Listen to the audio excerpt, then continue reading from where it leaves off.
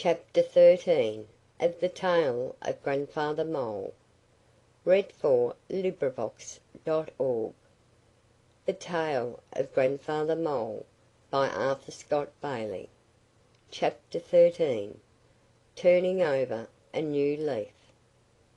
Several days passed before Mr. Blackbird returned to Farmer Green's garden.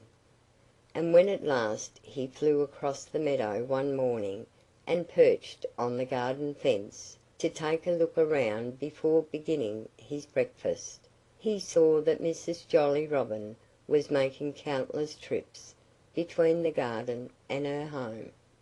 Early as it was, she was hard at work feeding her nestlings. "How are the pickings this morning?" Mr. Blackbird called to her. "I'm finding plenty for my children to eat, if that's what you mean," Mrs. Robin replied somewhat haughtily. Mr. Blackbird laughed in the sleeve of his black coat. The rascal delighted in using language that did not please Mrs. Robin. "If the pickings are good, then there must be few pickers," he remarked with a grin. "I suppose Grandfather Mole has taken my advice and turned over a new leaf."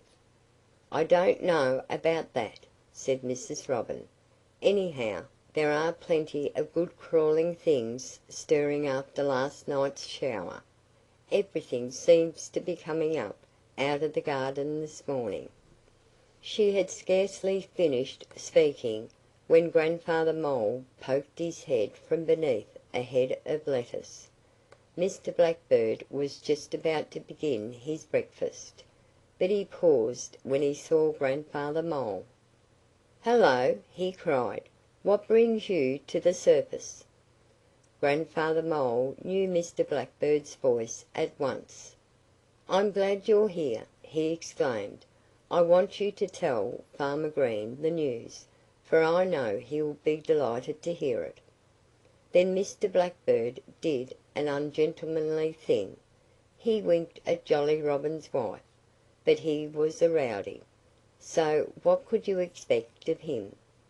"You've turned over a new leaf, have you?" he asked Grandfather Mole. "Yes," said Grandfather Mole, "and not only one. I've turned over a new one every day since I last saw you." Mr. Blackbird replied that he was glad to know it. "At least," Grandfather Mole continued, "I've turned over the newest leaves I could. Of course you can't turn over a leaf unless it's big enough to turn over. When a leaf is so young that it wraps itself around the main stalk it's useless to try to turn it over. And it's a great waste of time waiting for it to grow. But it's easy to turn over a big one."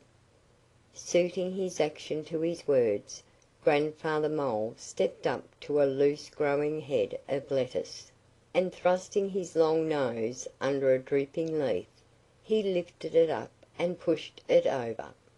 As soon as he moved aside a little the leaf promptly righted itself. Grandfather Mole felt it brush his back as it swept into place again.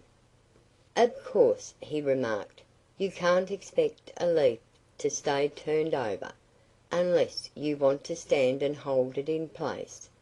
And that would be a great waste of time, especially for one as hungry as I am." And poking his drill-like snout into the earth, he drew forth a huge angleworm, which quickly disappeared down his throat.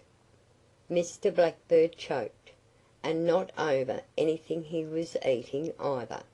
He choked because he was angry.